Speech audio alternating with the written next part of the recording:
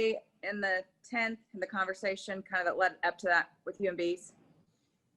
Yeah. So like those are things that I like to do. And like when you get to the professional level and then the big league level, they're kind of frowned upon at times. But obviously that was a situation where Kiner was having a great at bat. Infield was in. They knew I was going on contact, obviously, just because he had fouled off like 3 pitches previously. So really, we were just trying to stir it up.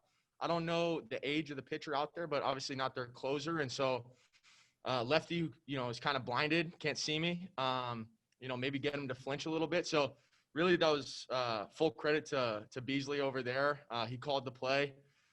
He just said, be as loud, start at the bag, be as loud as you can, just take off and stop right at the cut. Hopefully we get him to flinch or something like that.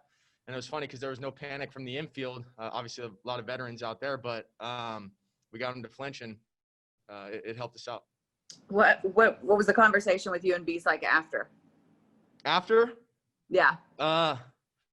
We keep it simple, he's all about, like, he tells me every day to play like a G, even if I'm not in the lineup, if I'm on the bench, like, if a time comes, like, be out there, be a G. So I just told him right after when I was running out in the outfield, I was like, hey, you're a G right there. And he was like, no, you're the G. So we just kept it fun. Okay. What's a G, Scott? I don't know, just it's a good thing, I guess. Yeah. Like like you're playing like a gangster kind of, like just a guy who, can just does it all. Like for instance, it started with when we were playing the Dodgers, like Mookie Betts, obviously, he's pretty good out there. So that's where I was like, yeah, he plays like a G. So we just kept that rolling. Okay. Love it. Thanks, Scott. Other questions from Scott, TR. Scott, what was it like in the clubhouse or in the dugout after that win? How did that win make you guys feel tonight?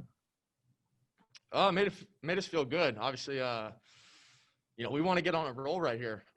We got a good, group of young guys, good group of veterans. So a good mixture. Obviously, we lost Frazier, Trinos, and Minor.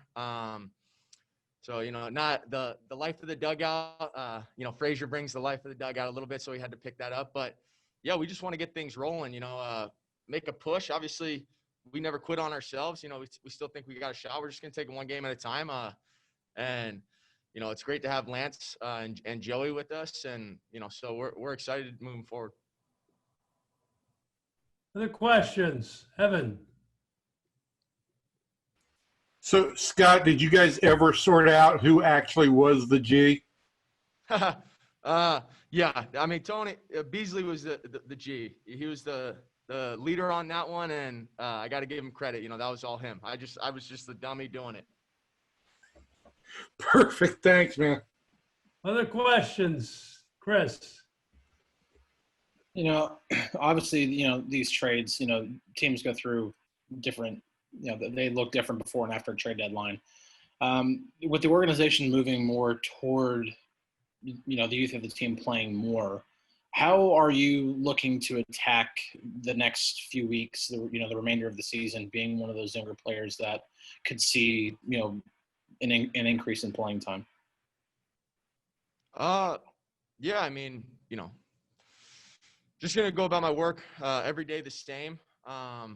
Even though like I'm young kind of to the big leagues, my age isn't too young. I'm 27 years old. So, I feel like I've had some good experience with last year and the start of this year, obviously just going through some struggles, both physical or, performance wise, mentally, both. And so I wish obviously those didn't happen, but I'm grateful for them just because I know they're, put me in the position that I'm in right now where I feel like I'm in a good place. And really, just trying to make the most of your opportunity when you're out there, but without, that feeling of like, hey, I have to do this in order to, be in the lineup every day. And that's kind of, where I've been at where, I get a chance to play. And I haven't made the most of it because I pressed and, I feel like, I have to do this. I have to make everything perfect in order to, continue to get opportunities. And you don't, I just have to be myself. And so looking forward to, moving forward with that mentality and just, hoping the results come and for me personally, and then, for the other guys too, I'm sure they think the same way. We all want to be in the lineup. We want to be contributing. We want to be helping the team. So that's our mindset, and we got some good youth and we got some energy. And so I think, we could surprise some people here coming up. All right. Thanks, Scott. Any other questions for Scott? Alex? Scott, in the minors last year, you got about 80 innings at first base. You played a couple games at first base, but has there been any discussion with you playing first base? Yeah. By the way, happy birthday yesterday. So yeah, like I'm a guy who relies on my preparation, and at the beginning of the year, spring training, I asked, the staff, hey, if I'm going to be any chance of me playing first base, I want to make sure I'm taking ground balls. At the time, there wasn't really a chance for it. We had Frazier, we had some other guys. So with the trades that happened yesterday, we got Guzzi out there. We got Dietrich, both left-handed hitters. If there's ever a chance where they want a righty in the lineup, and they want to put, other guys in the outfield, then I would slot into first base. So I got a lot of work there today. I feel comfortable.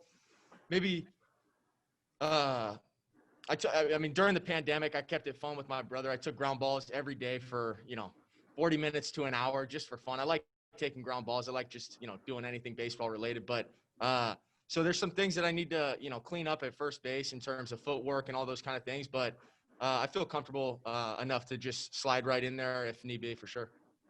Thanks, Scott. Anything else? All good? All right, guys. Thanks, Scott. Thank you, guys.